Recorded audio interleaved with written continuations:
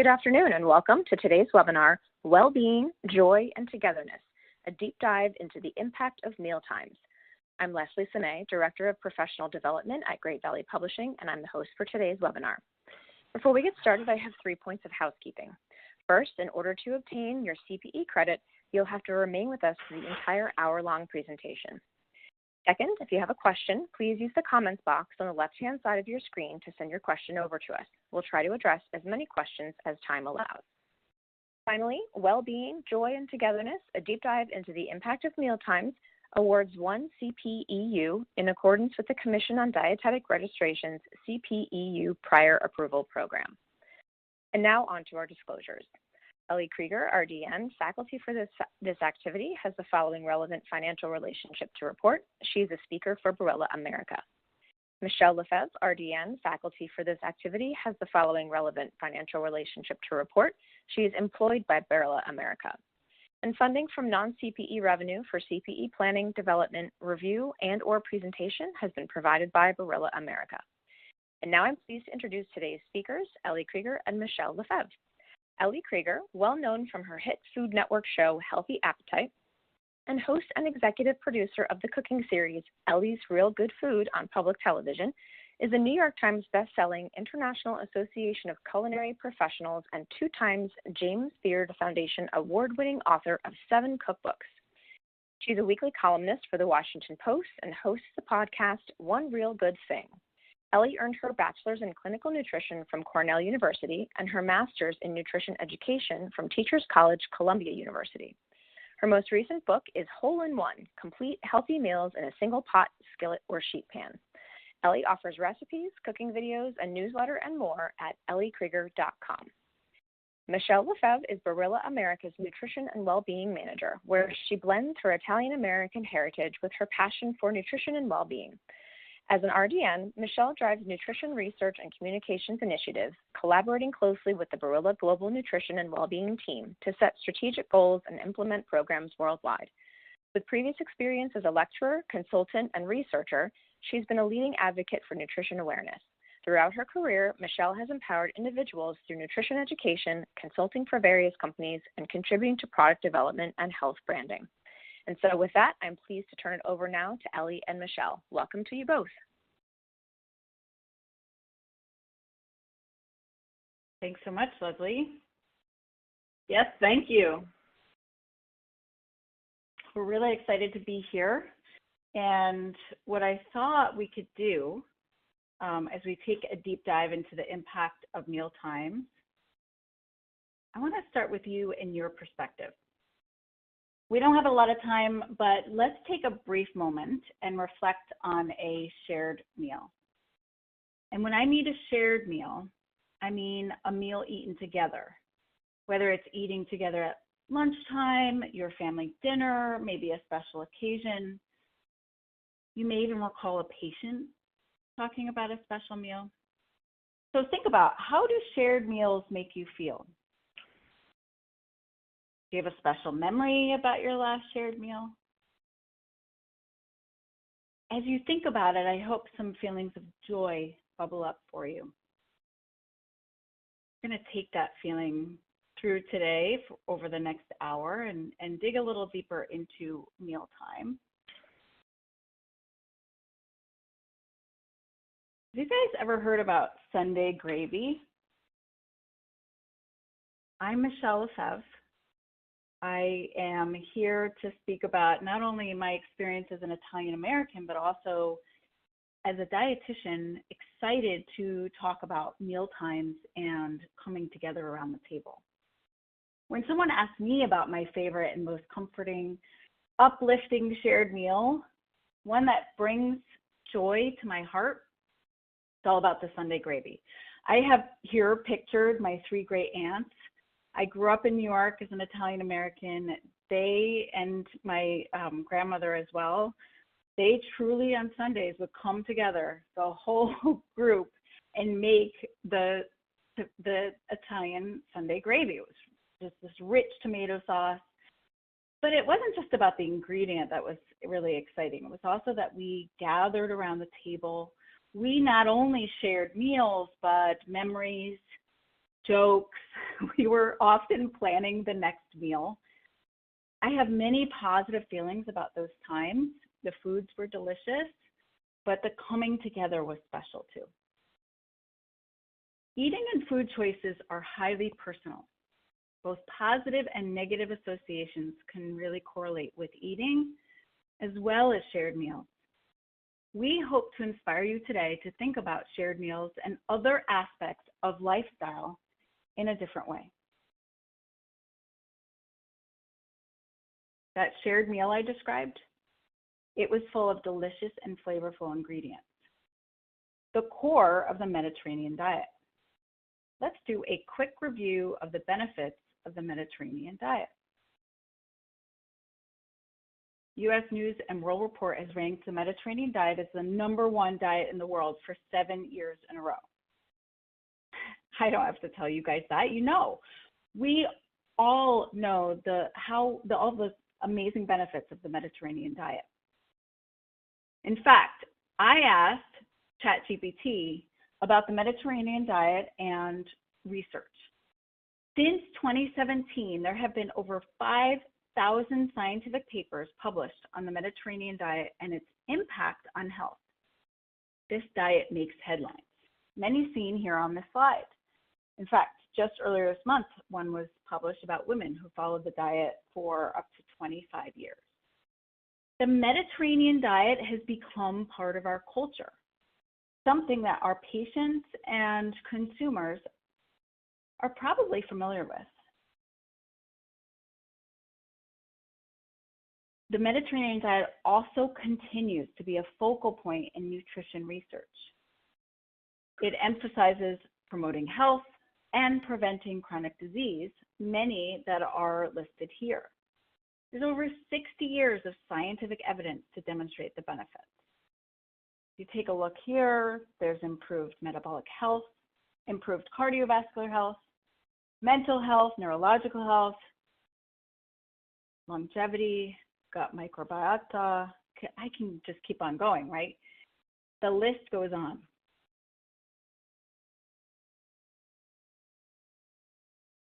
What's also amazing is that this diet is flavorful and appealing.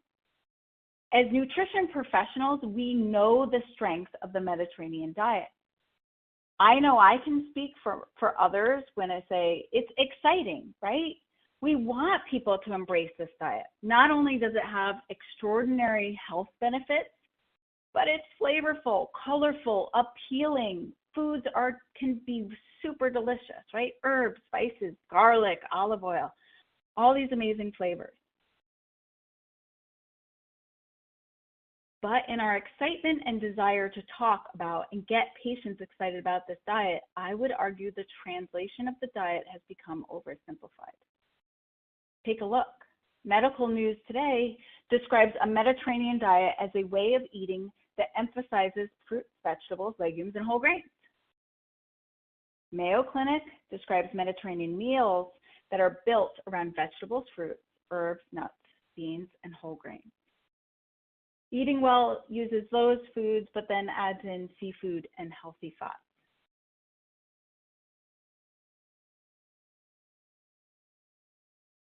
Let's take a look at the original Mediterranean diet pyramid. Many of you might be familiar with it. And you can see at quick glimpse, all of those amazing flavors are included. In the fruits and vegetables section, textures and colors are included. There's an entire section on herbs, spices, and garlic. The grain section is not just whole grains, but it includes bread, pasta, rice, couscous, and other cereals. Preferably whole grain, but it hasn't been oversimplified into just whole grains. There's even an entire section for olives, nuts, and seeds. But these ingredients are just that, ingredients, foods. So much of this research that has emphasized these ingredients, has focused on the foods of the Mediterranean diet. But if you look at this pyramid, the foundation is not food. It's elements and characteristics associated with lifestyle. social, cultural, and well-being elements that are characteristic of the Mediterranean way of life. They're incorporated right here in the pyramid.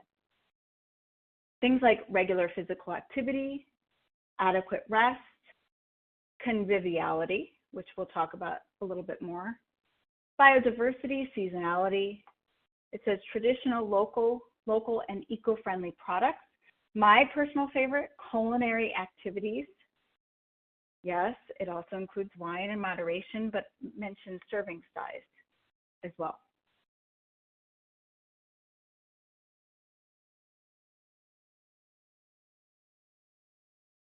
Should we consider more than just what's on the plate? Perhaps we can broaden and strengthen our approach beyond just the foods of the Mediterranean diet. Today, there is a growing body of research highlighting the lifestyle elements of the Mediterranean diet, and that is what Ellie and I will focus on today. As a nutrition professional, many of us intuitively know the importance of lifestyle factors. We may even weave it right into our conversations already. But traditionally, our profession is focused on dietary intake, ingredients, foods, much like the emphasis seen in the Mediterranean diet studies. However, the research in what really is essentially psychosocial behaviors is growing, and it truly is presenting us with an opportunity for growth and learning in this crucial area for our profession. Let's look a bit deeper into the impact of mealtimes and togetherness, a key area of the Mediterranean diet pyramid. The act of eating is a human practice. It's not limited to just meeting energy needs or nutrition needs. Social eating is a human universal. The table serves as a focal point for strengthening social bonds, fostering cultural exchanges, and like what I had pictured earlier with my great aunt, facilitating intergenerational interaction. Vizioli and Bernardi described this in a recent paper that was published in April. And in the paper, this diagram is used to demonstrate conviviality and commensality. It says conviviality and commensality are cornerstones of healthy lifestyles. Go to Merriam-Webster, that defines conviviality as the quality of joy, pleasure, and feeling happy. Commensality is the act of eating together. The authors urge that conviviality and commensality are overlooked features of the Mediterranean diet. So can conviviality encourage healthy behaviors like nutritious food choices or physical activity? Shared meals can improve mental well-being. It cultivates a sense of connection, pleasure, and joy. With this, people can then perhaps start to prioritize health and wellness and eventually lead to the adoption of healthy behaviors.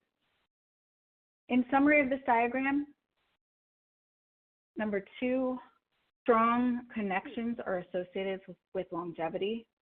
Number 3, conviviality reduces stress, improves mood, increases happiness. 4, conviviality can promote increased fruit and vegetable consumption and physical activity. Children who eat with their families perform better in school, have better health outcomes. Commensality and conviviality are not limited to the Mediterranean region.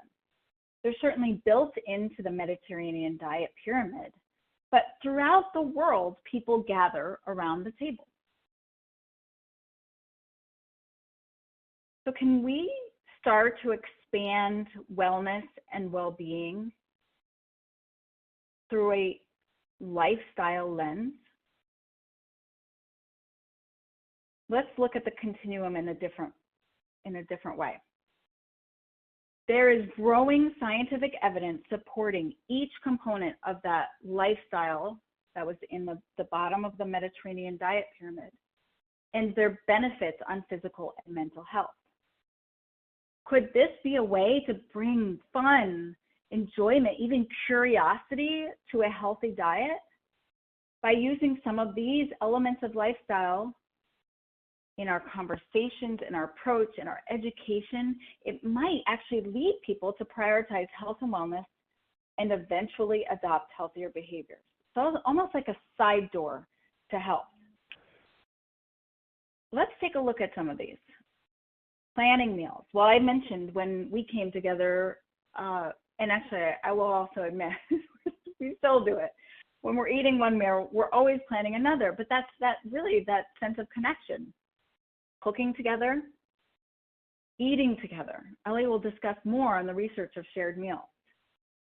Buon appetito, or pause, passeggiata, or movement, physical activity. We're actually going to take a moment and dive into a few of these. Let's start with my favorite, which is what is on the Mediterranean diet pyramid, is culinary activities. There are benefits to culinary activities, also known as cooking together, coming together and cooking together, right? There's diet quality as well as mental health benefits. In terms of diet, increased curiosity and intake of vegetables through preparation. This study was in particular with kids. But not only that, there were those dietary behaviors learned, extended into adulthood. There's, of course, more control of ingredients based on what you can cook. So improved diet quality. There's increased food variety. Looking at mental health, although in this paper, Farmer's Review in 2018 demonstrated more research was needed, there was still some positive benefits out of cooking together on mental health. It seemed to improve self-esteem and decrease anxiety. Cooking is grounding. It's a way to express creativity. It might bring you back to your childhood memories. So it creates, there's a positive impact on socialization and a sense of belonging. And in this paper, it was cooking through cleaning. So it wasn't just, preparing the meal, but it was also cleaning up after the meal. Building lasting memories. These are anecdotal. I mean, keep learning family recipes. That Sunday gravy is still in our family, but also learning chores and responsibilities, certainly for kids.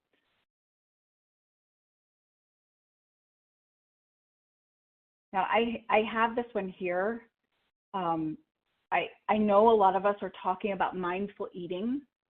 This has certainly grown as a strategy many of us employ with our patients or ourselves. Mindfulness is deliberately paying attention to the present moment without judgment, and do it while eating. I used the term buon appetito here. This is what they say before they eat in Italy to each other. Bon appetit in France, but other countries have an expression or a moment before they eat. A pause, an expression of gratitude. Is this pause, this stop before the meal, almost a micro approach, a micro step to mindful eating? Perhaps it's easier for someone to incorporate a micro pause instead of tackling a mindful eating session, like a baby step, or again, a side door. This small pause could be a starter or a mini introduction to get them there. Research demonstrates specifically that mindful eating approach supports recognizing a feeling of fullness, overall higher diet quality, reduced emotional eating and binge eating. It promotes non-judgmental attitude of eating and a more balanced approach to eating. There's some other outcomes, like overall the pace of the meal is slowed down. The amount of food chosen is reduced. More pleasure from the food.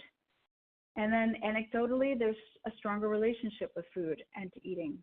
There's early research that even demonstrates there's a reduction in food waste.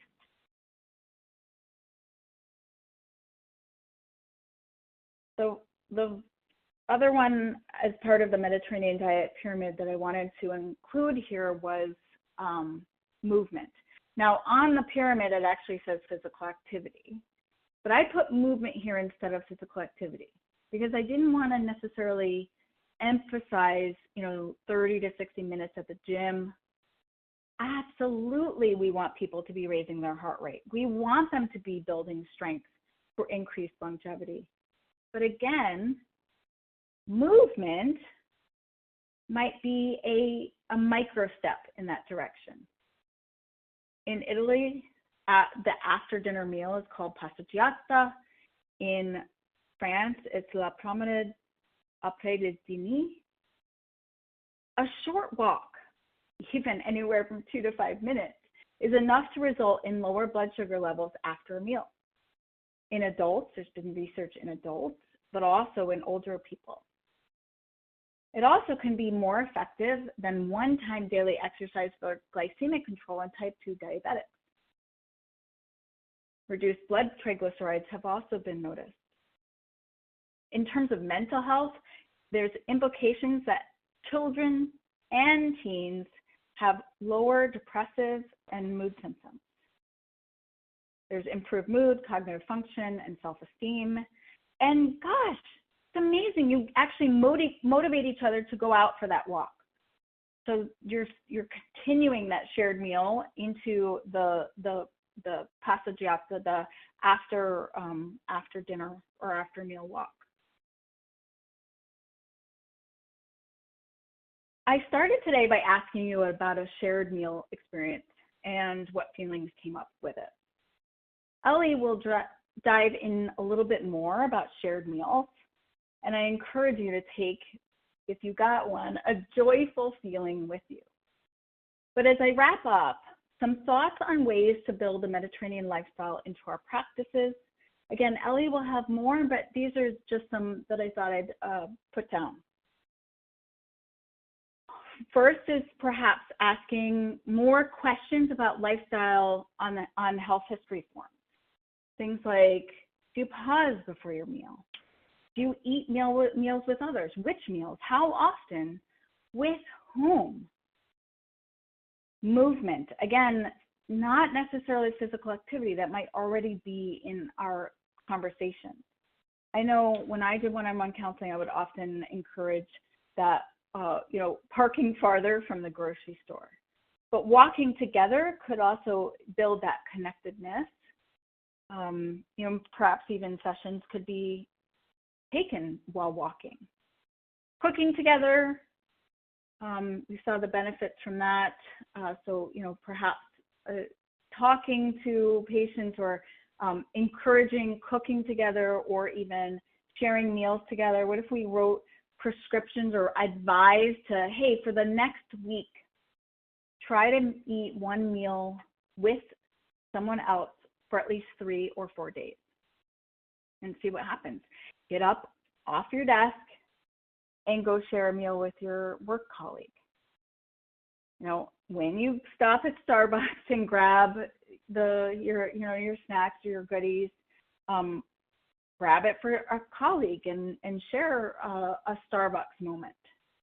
And the same with buon appetito, pausing, perhaps suggesting that pause could eventually move into a more mindful approach later on. Thank you so much. I am going to pass it over to Ellie. Thank you, Michele. It is so great to be here. Thank you all for joining us. And I think after hearing Michele talk, I'm sure all of you will be thinking differently and more expansively about what the Mediterranean diet is in terms of it being really a whole lifestyle. And I'm going to build on that and talk more about the research around shared meals and some culinary ideas and some practical kind of barrier breakers to help encourage people to share meals more often. But just this picture right here is my shared meal that is recent, as Michele asked, to think about a meal that recently we shared with people that brought us joy. And this picture is of one I shared in Sicily on a press trip, and for lunch, there were about 10 of us all together, and we all indulged in this beautiful, relaxed, easy lunch that was just absolutely delightful. And that picture reminds me of being in Sicily and the joyful feelings around that and the flavors. So that's one thing I'm sharing.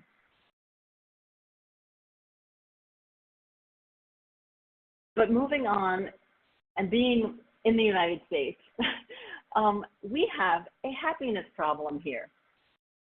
I read this study recently. It's the World Happiness Report, which I've noted here.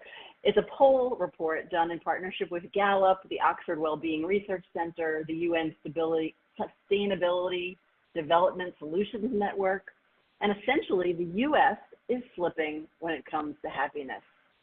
I think there's a lot of news articles around this, so I think we're not that surprised to hear this, but I think it is surprising that for the first time since the report was launched in 2012, the US did not make the top 20 happiest countries. This is serious, and there are many factors that contribute to this, of course. I mean, it's really multifactorial. But as dietitians, we know that food is one of those things. Food and mealtime is one of these things that contribute to happiness. This is a place where we as professionals can make a difference. And when we think about food and mood, we probably maybe instantly think of micronutrients, macronutrient composition, probiotics, which all have an impact. It's true that they absolutely do. But it's also important to think more broadly about nutrition. And I think in general, as Michele alluded to, thinking about, or not alluded to, but really in beautiful detail, told us about thinking about the Mediterranean diet in a broader way. I think our profession in general has evolved in this direction. Whereas maybe 50, 60 years ago, we were really talking very much about micronutrients, individual foods. And now we're seeing nutrition more in terms of overall eating patterns. We're considering cultural and interpersonal factors. So I think I see happily that our profession has evolved in this direction of a broader perspective. And really, a broader perspective is very much a theme of my talk as I continue here. And I think it's so much so that I think we can make a drinking game of it, actually. So not like the drinking games you may have entertained in college, but I'm guessing probably most of you have an iced tea or a hot tea or a bottle of water with you right now. So every time I say broader or broad, I encourage you to take a drink so we can hydrate and think more broadly as we do it. So one of the things I would really like to highlight, I'm super excited to highlight about shared meals, is this new study, this incredible new study that came out in the journal Family, Systems, and Health. It was done at the University of Minnesota. And essentially, the study demonstrated that more frequent family shared meals is correlated with a higher levels of happiness. Very simply, more meals together equals more happiness. And we may have sort of an inherent sort of feeling about that. This may be an instinctive will, of course, but here's real data that shows that this is true. And I'm going to dig into this a little bit, the study, and describe to you some of the main points of it and key findings. But just in general, they interviewed people in 3 different countries, the US, Italy, and Germany, through this online survey, and they asked people questions regarding the frequency and patterns of their shared meals and their perceptions of happiness, stress, and mood around those shared meals. And as Michele had talked about, when we talk about shared meals, family/shared meals, it's not necessarily just family, just immediate family that they were looking at in this study. They were looking at shared meals in general. So anytime people ate with other people. And I think that's important to note. So here are some of the key takeaways. And as you're reading through this, I just want to talk about, kind of share some analysis about these key takeaways. Important to note that this study showed that eating more meals together didn't just reduce depressive symptoms, it actually promoted happiness. And that's important, an important distinction, because there's a lot of research about depression, anxiety, depression, and meals together, but not necessarily a lot of research around happiness, even if you're in a good mood or in a neutral mood. Eating meals together promotes happiness. So this is where we can make a difference when we look at that study from the World Health Organization about, or the World Happiness Organization, I should say, about America being less happy. This is really a place where we can start to intervene. Eating meals together promotes happiness. So not just reducing depressive symptoms, but promoting happiness. And another thing that's really very enlightening about this study is there's a spillover effect. So they interviewed not only one person in the household, but a second person in the household. And when meals were shared more in that household, the second person was also happier. So it really is very much a reverberation. So when we encourage one person to share meals, obviously they're sharing meals with people. So more people are going to be happy from this, and it really could affect entire families, entire communities even. So it's the pebble in the pond effect. And then there is really this connection with the Mediterranean diet with a broader view, as Michele really elegantly described, of what makes the Mediterranean diet healthy is this propensity, this cultural importance of shared meals. Here are some more key takeaways from the study. And I just want to comment on a few of these as you read through them and highlight the opportunities they present to us as health professionals. Because when I read through these, I think, wow, there's like room for improvement and positive change here where we as dietitians can make a difference.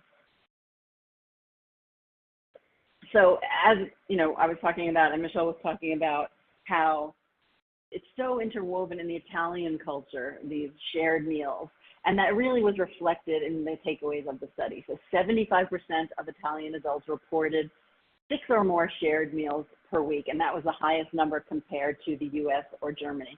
And actually the US had the lowest number, maybe again, not surprisingly, but I think shockingly really to me, is that 10% of US adults reported having no family or shared meals at all, 0 per week.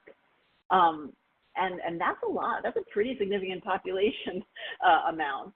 And also interestingly, that people in the US reported the most stress pulling together family meals. But on the flip side of that, they also had a greater sense, the most sort of improvement in connectedness and improved mood after sharing meals.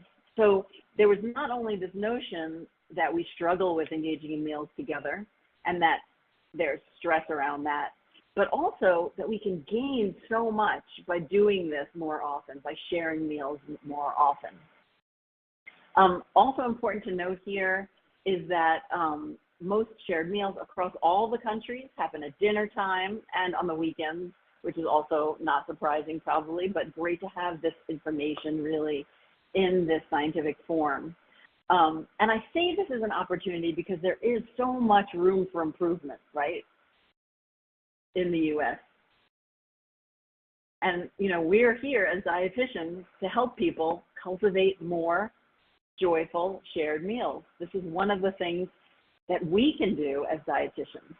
So I want to dig in a little more about how we can help break down some of these barriers, take the stress out of meal planning, so our patients, so our clients can enjoy more shared meals and in turn increase their chance of health and happiness and the health and happiness of those around them. And it really does, you know, have that broad reach. So I said that broad on purpose so you guys can take a sip. So I think one of the first things that's of critical importance with any type of behavior change is that a person needs to inherently value the change. And so we as professionals, and this is why you're here now, and I think you're coming to really understand, if you don't already, the value of shared meals and the importance of it in terms of overall well-being. So us understanding that and then communicating that value to our patients, to our clients, is critically important so that they understand how really important it is. And we can make it, as Michele had stated, part of the nutrition goals, make it part of the history taking. How many meals are people eating together? This is very much a part of what nutrition is in terms of whole life well-being. And more people, again, are more likely to take action on something they deeply value. So really communicating this to the people that you work with, I think, is a very key first step. So then I saw that I follow this Simon Holland on Instagram and Twitter, and he always has these great insights about real life, family life, right? And so I think I just personally chuckled so much when I read this. And I think most of us can relate to this idea of just how incredibly difficult it can be to get people together at the same time. And one of the things in Italy and also other countries, so when we talk about the Mediterranean diet and shared meals, again, as Michele said, this is a human behavior. So it crosses all of those cultural barriers where it's a core human thing to sit together and eat together. So in this country, we're really not set up for that in so many ways. I mean, we're all running in different directions all the time. So what's interesting, though, is that, yeah, everyone has practice, so we can either have dinner at 4:30 or 9. We all could relate to that, working late, so on. But here's my idea that we can broaden the perspective here to meals other than dinner. It doesn't have to be this sort of one goal of 6 p.m. dinner. So broadening out your notion of when a shared meal can be. In this case, for Simon, I think I might have to let him know, he can have a pre-game meal with his family or a post-game kind of mini meal refuel. So maybe there's kind of a 15-minute even or 20-minute break together where you all sit, phones away, ideally, and just all sit together and have an energizing snack before practice. Or when you get home, everyone before hopping in the shower or maybe after, because I don't know if you want to sit around with stinky kids, maybe after showering, come down to the table and we all have a mini meal refuel. So getting out of this notion that it has to be dinner at 6 p.m. or nothing, and really embracing different times in our schedules that could work. I have a friend who worked crazy hours. She was in publishing. She worked late most nights, and she was stressed that she couldn't have dinner oftentimes with her family. But her solution, and I think this is a terrific one, was to carve out time in the morning. Before her daughter went to school, she, her husband, and her daughter would sit down for 15, 20 minutes and have breakfast together. So it can be a pre-game mini meal. It could be a post-game mini meal. It could be breakfast. It could be lunch. It doesn't have to be dinner. And I think one of the things here that's really important just strategically, when we value and prioritize eating together, one of the things to do is carve out time at the start of the school year, get everyone's calendar together and coordinate. And again, it doesn't have to be that 6 o'clock. Maybe that's impossible. Maybe it's a breakfast or something else. And then there's this whole notion of the stress around mealtime. And I think about it for myself because I have that too. I mean, I think we all know what it feels like to just come home from the end of the day, at the end of the day, and have to pull together food. So I think one of the key things, and this is really what I've kind of made my life's work happily, is to offer simple, stress-free meal solutions. So I think finding solutions in terms of recipes and meal ideas for people that are totally doable, that feel doable, that everyone's going to love. These pictured are some of my favorite meals I just wanted to quickly share with you. The first one there on the left is pasta with shrimp and pesto. And I love this one because I can make this when I haven't even gone shopping at all, when I have like nothing in my refrigerator. So essentially I keep pesto pre-made. Oftentimes I buy it in the store. I freeze it in ice cube trays. I keep shrimp in the freezer, and it also thaws very quickly under running water. And then, of course, pasta in my cupboard. It's one of the staples. And then I can pull this beautiful meal together, which my whole family loves, in less than 30 minutes, probably 20 minutes. And also what Michele had noted is, while we should encourage enjoying whole grains, we can also take a broader perspective here and recognize how minimally processed non-whole grains like pasta, white rice, bread, not only can be a foundation for a balanced, fiber-rich meal, but are also often more culturally appropriate and more widely accepted. So we can stress whole grains and encourage them, but I don't think we have to be all or nothing about it. And personally, my husband and daughter prefer regular pasta. I feel good about making it. So that's my pasta with shrimp and pesto. Then in the middle is my make-ahead soup. I mean, all soup essentially is make-ahead, right? So I make soup, a pot of soup, pretty much every week. Even in the summer, I make chilled soups like gazpacho or chilled zucchini soup. But my minestrone is the one that my daughter requests the most. And I always have a pot of soup. And so you can have some as a snack. You can have it whenever. It's sort of like on call. And I have it in the fridge, or you can freeze it in individual portions. So I encourage that.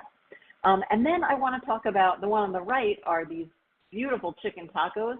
But the highlight here is that it uses a really convenient, healthy shortcut, right? So this is rotisserie chicken, and you just pull it apart, and you warm it with a jarred salsa, and that's the base for the tacos. It's such a no-brainer, and I think meals like this that make it so easy and practically effortless is really important to help take the stress out of meal prep for people. So while I'm talking about some ideas here, I also wanted to share some breakfast ideas or mini meal kind of ideas because we're broadening out beyond dinner. I think that's super important. And so these are some great little breakfast menu refuels. I have some make-ahead banana oat cups, overnight oats in jars, and you could make these, depending on what season it is, blueberries in the summer. I do pumpkin spice in the winter. And then a ricotta toast with fruit and nuts, and that also could be very seasonal and just so easy to just literally slap together. I mean, honestly, even if you're just making a peanut butter and banana sandwich and eating it together, this counts, right? And so beyond this ricotta toast with fruit and nuts, also avocado toast, of course. My daughter loves avocado toast. And there's my daughter. That's Isabella. I wanted to talk about another stressor that I think we can really combat here. So stress for me is coming home after a long day and feeling like I have another job ahead of me feeding the family. And I love cooking, but I feel so down about just having to be in the kitchen by myself at the end of the day when I'm tired. But this feeling dissipates when it becomes a group activity, just like on that Sunday for that Sunday sauce. The women were in the kitchen doing it together. So I was able to solve this feeling of stress and sadness really around me having to kind of serve everybody by getting everyone involved. So literally my husband now will help me chop, just being in the kitchen together, even if my daughter was doing her homework at the table while I was cutting things up, this made it such a more joyful process. So that feeling of angst around mealtime really dissipated when it became a group activity.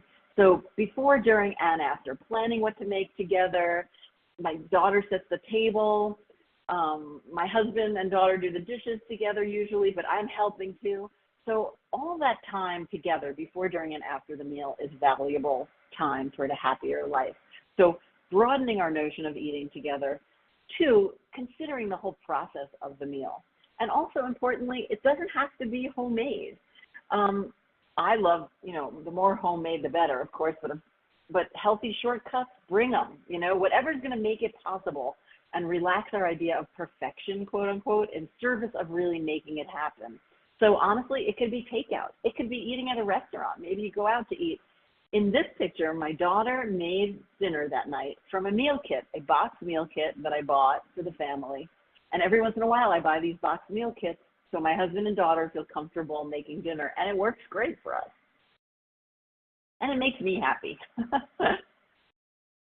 Another broaden is to broaden the definition of family. So I think we might think, I mean, we already both talked very clearly that this notion of family meals, family/shared meals, and what we're going to study is not just family, not just mom, dad, and 2 kids, 2.4 kids or whatever, but I think we need to really, for ourselves, think about that. Think about who can we eat with? You know, maybe it's not always this immediate family. Maybe it's extended family. Maybe we invite grandma or auntie over more often. But maybe it's friends. Maybe it's neighbors.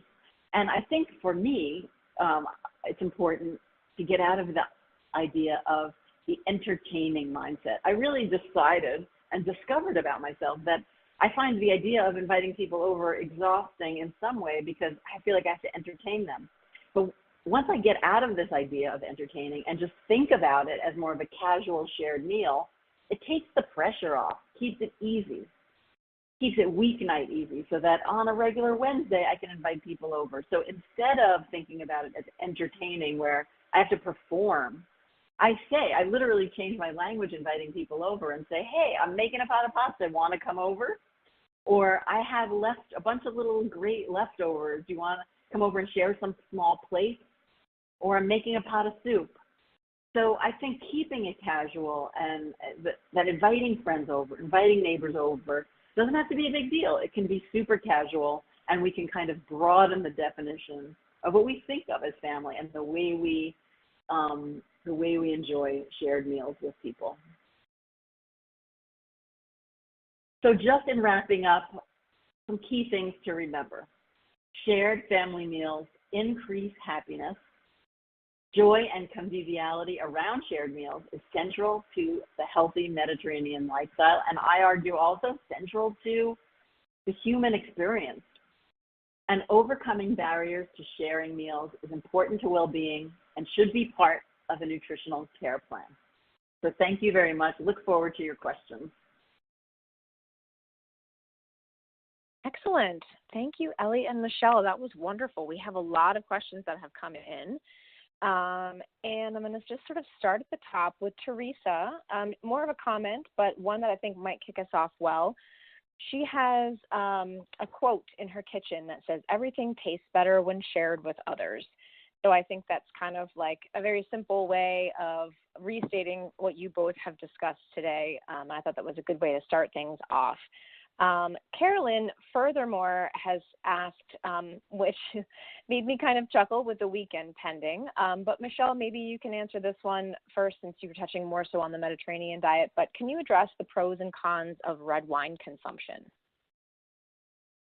Oh, yeah. That's funny that you say, Leslie, the weekend coming.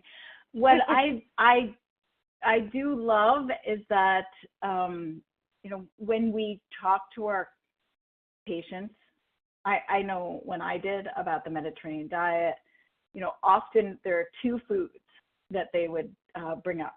One was always olive oil and the other was red wine. And so, it's kind of become a central point for a lot of people when they think about the Mediterranean diet. And, it's a great thing to add. I mean, I don't think I have to explain all the benefits of red wine, the polyphenols. I also think it adds to this like joyous occasion. But we're all here talking about nutrition and health. I mean, obviously there's still a place for moderation. But when patients always ask me, it was a matter of how are you incorporating it in? Is it bringing you joy? Are you enjoying it? I know one patient I had in my counseling years, she would come home after a really busy day, and she would get home picking up her kids, and she always said, I was just kind of like what Ellie said, I was just so overwhelmed for the day, and it was just like, oh, here I go again. I got to start making dinner. And she would pour herself a glass of wine and put on music, and her kids would be running around. She would give them some veggies and fruits to snack on, and she said it totally transformed her experience. So I think it's a matter of looking at it not as part of, how alcohol consumption, but looking as part of this entire Mediterranean pyramid. And if we look at it, it's another piece to that entire pyramid. We're looking at it in a healthy way. Excellent. Thank you very much. This one's for you, Ellie. A couple questions came in about the happiness study that you mentioned. Angela put it best. It was controlled. So, for example, families most able to share meals may also have a higher income, or vice versa. Not being able to share meals in a lower income, family where maybe parents are working 2 jobs or alternate schedules. Any comment or feedback on that? Yeah, I believe it was. I honestly don't know off the top of my head whether it was controlled for this, but I'm actually, I have the study in my hand now, and I'm trying to quickly scan to see. Leslie, I didn't hear the whole question. It kind of, did you say that the study was controlled for? Did the study control for, was it controlled in general? The example that Angela gives is in families that may be able to share meals may also be maybe in a higher income bracket. And then maybe if that's the case, assumingly lower socioeconomic might not be able to eat meals together and may likely be less happy. What we did, and sorry, Ellie, I'll just jump in, but I do know that the study researchers looked for it to be nationally represented. So all incomes were included. Okay, great. So that sort of then answers that question. I think I don't want to make assumptions, but it seems like there were likely some controls, but I think that probably is enough to answer that question to a degree. So sort of pivoting from that, I guess this one's sort of for both of you because you both kind of touched on it. Michele, you touched on it a little bit more, I think, than Ellie did, but I'm interested in your thoughts. Is there any mention, or what are your thoughts on shared meals with the television on? That one's from Susie. And then Shauna said more like recently the use of screens at mealtime. So I guess they're kind of the same. TV, phones, screens. I think you both mentioned putting phones away. I know that's a rule in my house, but any thoughts or comments or research that you know about screens at mealtime? I have just one. I personally, it's like taboo in my home to have any screens on. It actually makes me crazy that so many restaurants now have a screen.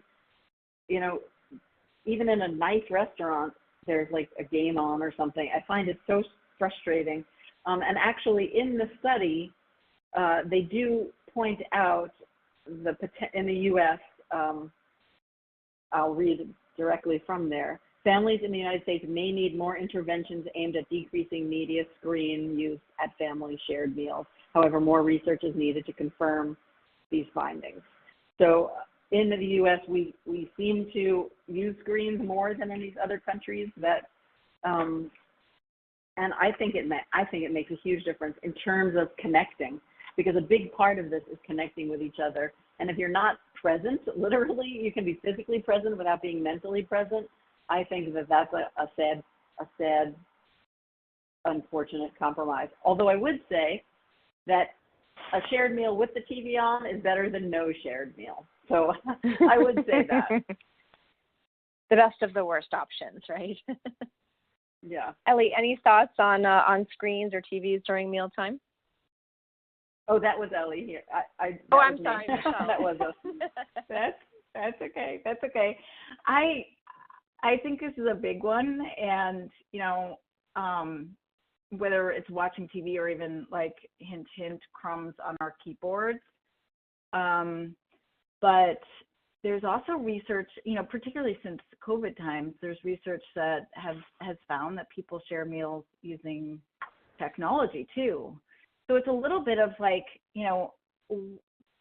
where can you get that true shared meal connection? If everybody's kind of like what Ellie was saying, and going to a restaurant and everybody's just watching and not engaging at all, versus, you've got Uncle Joe joining virtually while everybody's eating. I think there's room for that kind of screen. So I really think it ends up being this analysis and also conversation. If we're having those conversations about sharing the meal, it might also be, well, what does that look like? Because a lot of people have, well, of course I ate dinner with my family, but they were still face in the phone type of thing. So it may warrant further conversations. Yeah, that's totally fair.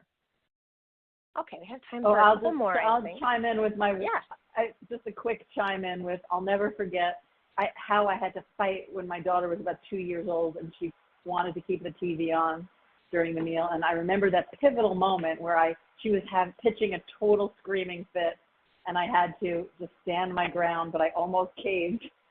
But I'm so glad I did stand my ground. And because I'll never forget also when she was about 5 years old and we were eating dinner, and she looked up at me and she said, "So, Mommy, how was your day?" And that was my golden moment. So I think that I'll just never forget that. So I just wanted to share that the struggle, that it is sometimes a big struggle to get people to turn their screens off, and then there's the reward as well. So not to take up too much time on that, sorry. No, not at all. That's great. So there is a reward. We can, with my 2 and my 5-year-old, there's hope yet, I think. I'm just going to stand my ground like you did. Yeah, do. All right, next question. We got the same question from 2 different folks, so I think it's maybe one that you both could address or maybe have comments on. When a member of the family is unable to eat, for example, tube feeding dependent, how do you handle mealtime? Some families feel bad eating in front of loved ones who want to eat with them but can't. This person, Anne, has mentioned she's encouraged them to let the person sit at the table with them. Any thoughts on maybe how to integrate those different nutritional needs for people who may be, needing tube feeding, different kind of feeding at mealtimes? I did this is not my specialty, but I did in my Lena Francis Cooper lecture, I was talking about taste and aroma and joy around food. And I did interview a practitioner who did work with tube feeding patients, and how important actually all of the things around the meal were to those people. Even if they couldn't eat, that it was so important for them to be a part of the meal and be at the table, literally and figuratively. So I think it's probably individual, but I would imagine if it were me, even if I couldn't eat, I'd want to be at the table with people, and I think that they should be included. But they can also be asked what their preference is.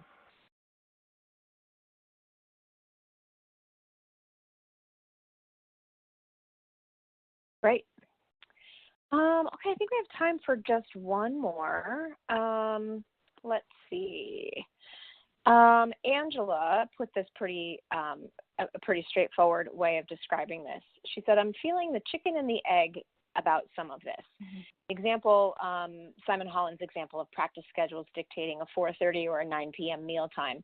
Are folks unhappy because they aren't eating together, or are they unhappy because they've overscheduled themselves in pursuit of some unattainable ideal? I mean, it may be that we are overscheduled, and I think that's an important aspect to look at, and you really have to look at the whole life of the person.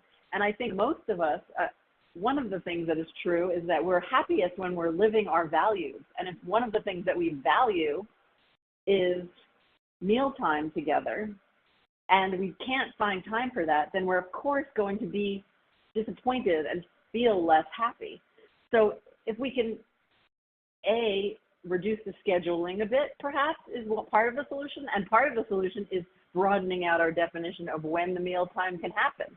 So maybe there's both, and it's not as much of it's a little bit of a chicken and the egg thing, but it may be just an individualized solution in terms of how do we get there? And it might be coming at it a little bit from both sides to make the ends meet.